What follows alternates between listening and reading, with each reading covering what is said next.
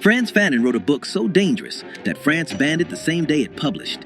While dying of leukemia in 1961, this black psychiatrist created something that turned college students into revolutionaries, got smuggled across borders in hollowed-out Bibles, and made the CIA put him on a watch list. He raced against death to finish one final message to the colonized world. Your chains are in your mind. Violence will set you free, and your oppressors are more terrified of you than you've ever been of them. 3 months later, he was dead. His book is still igniting revolutions. What made one man's ideas worth killing? Fanon told colonized people worldwide that their mental enslavement mattered more than their physical chains, and that force against oppressors wasn't just justified, it was psychologically necessary for liberation. Steve Biko built South Africa's Black consciousness movement on his theories. Palestinian fighters and liberation movements from Bolivia to Ghana still quote his manifesto like scripture. They couldn't kill his ideas, and by the end of this video, you'll understand exactly why empires still fear a dead man's words. But to understand why those words detonated across the world, you need to see where the explosion started. July 1925, Fort de France, Martinique. Frantz Fanon was born into a middle-class black family on a Caribbean island that looked like paradise, but functioned as a psychological prison. His parents scraped together money to send him to Lycée Victor Schellcher, the island's elite school. But what happened in those classrooms was calculated violence. Every morning, black children stood and recited "Our ancestors, the Gauls," memorizing French kings and European battles, while their actual ancestors lay in unmarked graves on sugar plantations. When young Fanon spoke Creole French, teachers scolded him for not using proper French. Speak Creole? Primitive. Mention African history? Ignorant.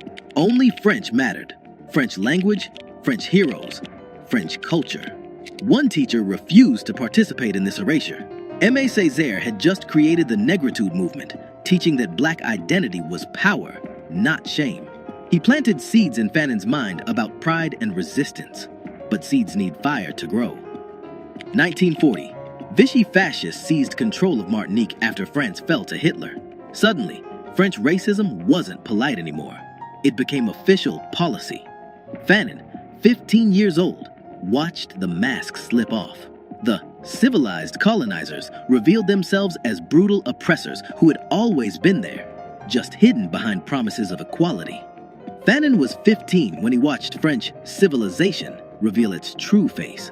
2 years later, he volunteered to die for it. At 17, Frantz Fanon joined the Free French Army in 1943, believing he was fighting for liberty and human dignity. He fought in the forests of Alsace, took shrapnel near Montbéliard, earned the Croix de Guerre for courage under fire.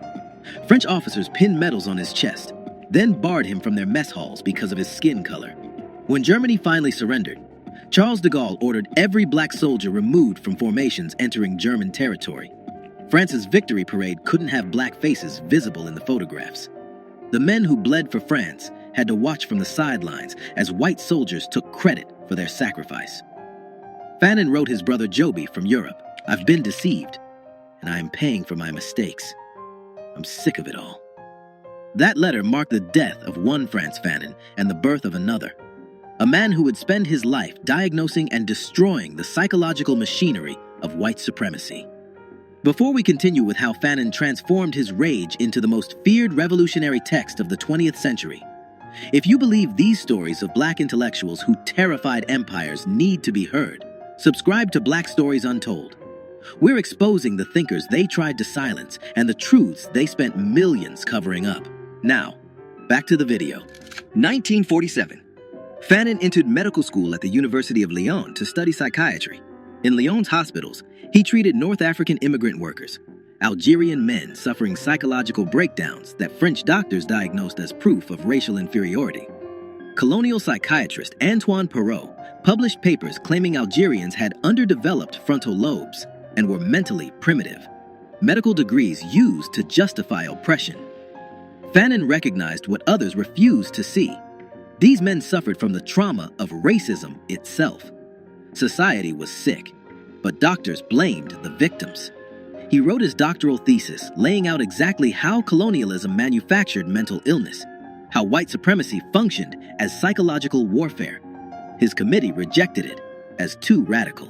So in 1952, Fanon published Black Skin, White Masks himself. The book exposed colonialism's deepest weapon, forcing black people to see themselves through white eyes, split between two identities, never fully either one. Fanon watched it happen every day in his clinic. Black men staring in mirrors and seeing monsters. Algerian women scrubbing their skin raw, trying to lighten it. Patients who'd abandoned their birth names, their mother tongues, their entire identities, all for a chance at being treated human. But Fanon went further. He argued that liberation required recognizing this psychological split and refusing to perform for white approval anymore. Political revolution had to begin with mental decolonization, reclaiming the right to define yourself on your own terms. In Caribbean villages, people passed copies hidden in Bible covers. In African townships, students gathered in secret to read passages aloud. Why? Because Fanon said what no one else dared. The hate you feel when you look in the mirror, that's not yours. It was planted there. You're not sick.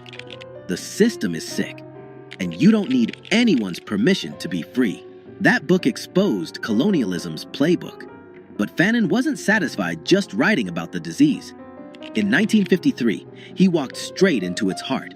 November 1953, Frantz Fanon arrived in Algeria as head psychiatrist at Blida Joinville Psychiatric Hospital. The moment he stepped off the boat, he entered a nightmare. French colonists lived in stone houses with electricity and running water. Algerians lived in what Fanon described as a town on its knees, wallowing in mire. No lights, no infrastructure, systematic starvation. At Blida Joinville, Fanon revolutionized psychiatric treatment. He created cafe meetings where Algerian patients discussed their lives in Arabic instead of French. He established workshops for basket weaving and pottery, organized Muslim and Christian religious celebrations, started a patient-run newspaper. He was reconnecting people to their culture instead of forcing them to assimilate into French normalcy. But his patient roster revealed the true horror. French soldiers who brutalized Algerians during interrogations came to him with nightmares and psychological breakdowns. Algerian victims arrived unable to speak, unable to stop screaming. One French policeman sought treatment because torture had made him violent at home. He was battering his wife and children. The man didn't want to stop brutalizing Algerians. He wanted relief from the psychological cost so he could continue with a clear conscience. Fanon stared at an impossible truth. You cannot heal individuals in a society built on violence. November 1954. The FLN, or the National Liberation Front, launched coordinated attacks across Algeria, declaring war on French colonial rule. Frantz Fanon immediately chose a side. His hospital became a secret sanctuary. He treated wounded FLN fighters, hid weapons, provided medical cover for revolutionaries. By 1956, this impossible double life was destroying him. He was a French government employee, helping France massacre the people he was secretly protecting. On November 1956, he wrote his resignation letter. There comes a time when silence becomes dishonesty. France expelled him in January 1957, giving him 48 hours to leave Algeria. Fanon went underground instead. He surfaced in Tunis, joined the FLN openly as editor of their newspaper, El Mujahid, and became the intellectual voice of Algerian liberation. France thought expelling him would end the threat. Instead, within months, Fanon had become Africa's most dangerous diplomat. As FLN ambassador to Ghana, Frantz Fanon traveled across Africa, meeting revolutionary leaders. Kwame Nkrumah in Ghana, Patrice Lumumba in Congo, Felix Mumi in Cameroon. At the 1958 All-African People's Congress in Accra, he advocated passionately for the African Legion, a continent-wide armed force that could coordinate liberation struggles from Algeria to South Africa. European powers understood the threat. One unified Africa, sharing weapons, tactics, and revolutionary consciousness, could dismantle the entire colonial project. Fanon was the architect connecting these movements. French intelligence sent assassins. Near the Algeria-Tunisia border, a landmine detonated under Fanon's car. 12 vertebrae fractured. He survived, barely. More assassination attempts followed. His body was breaking, but he kept traveling, kept writing, kept building networks of resistance. Then in December 1960, doctors diagnosed leukemia, months to live. Fanon's response? Raced death itself by dictating the most dangerous book ever written about colonialism. March through May 1961, Frantz Fanon lay in a Tunis hospital bed, dying, while his wife Josie sat beside him with pen and paper. For 3 months, through waves of pain, he dictated The Wretched of the Earth. Josie wrote frantically, capturing every word before the disease could silence him forever. The book opened with a declaration that made governments ban it immediately. Decolonization is always a violent phenomenon. Fanon explained that colonialism was born through force and maintained through force. Therefore, only force could destroy it. The colonizers spoke only one language: force. His most controversial argument came next. Violence had therapeutic value for the colonized. Fighting back didn't just win political freedom, it restored psychological humanity. Violence is a cleansing force that frees the native from his inferiority complex and restores his self-respect. The oppressed needed to fight not for revenge, but for rebirth. Jean-Paul Sartre wrote a preface that turned controversial into explosive. He told white European readers, to shoot down a European is to kill 2 birds with 1 stone, to destroy an oppressor and the man he oppresses at the same time. France banned the book the day it published. They smuggled it anyway, in hollowed books, in suitcases with false bottoms, passed hand to hand across Africa, Latin America, the Caribbean, and into American ghettos where the Black Panther Party would make it required reading. Frantz Fanon's leukemia accelerated. He flew to Rome for one final meeting with Sartre, then accepted a CIA offer for treatment in the United States. He traveled under the name Ibrahim Omar Fanon. What happened next remains disputed. By the time Fanon received proper treatment at a Maryland hospital, it was too late. Double pneumonia set in.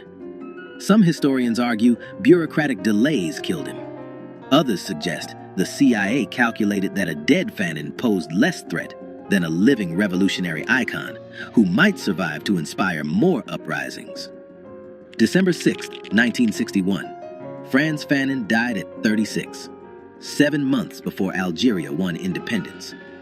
He never walked free streets in a liberated Algiers, but his words were already spreading like a virus through every colonized nation on Earth. The Black Panther Party made The Wretched of the Earth required reading for all members. Bobby Seale handed Huey Newton a copy at one of their first meetings. Frantz Fanon's analysis of police as occupying forces became the intellectual foundation of their 10-point program. When Panthers organized armed patrols monitoring police in Oakland, they were applying Fanon's theory that colonized people must meet violence with organized counter-violence. In South Africa, Steve Biko used Fanon's psychology of liberation to create the Black consciousness movement. Biko taught that before you fight apartheid in the streets, you must kill it in your mind. Pure Fanon. Palestinian resistance movements treated his analysis of settler colonialism as a strategic manual. From Bolivia to Iran to Sri Lanka, liberation fighters discovered that Fanon had diagnosed their reality decades before they lived it. France still struggles with Fanon because he forces them to confront the torture, the massacres, the psychological warfare they disguised as civilization. American institutions fear him because his colonial analysis maps directly onto police brutality and systemic racism. When Ferguson erupted in 2014, protesters carried signs quoting a man who died in 1961. Critics argue universities sanitize Fanon, teach him as historical curiosity instead of living critique, strip away the call to arms that made him dangerous. But read him in prisons, at protests, in occupied territories, and his words still explode. The conditions he described haven't vanished. They've just rebranded. Frantz Fanon never commanded troops or held office. He weaponized consciousness instead. Empires killed him at 36, but killing the man didn't kill the ideas. Every banned book spawned 1,000 smuggled copies. Every attempt to erase him carved his words deeper into history. His family paid the price. Josie Fanon carried his legacy through Algeria's messy independence, battled depression and alcoholism for 28 years, then died by self-destruction in 1989. But their children keep his foundation alive. Daughter Mireille runs the Frantz Fanon Foundation. Son Olivier leads the Frantz Fanon National Association.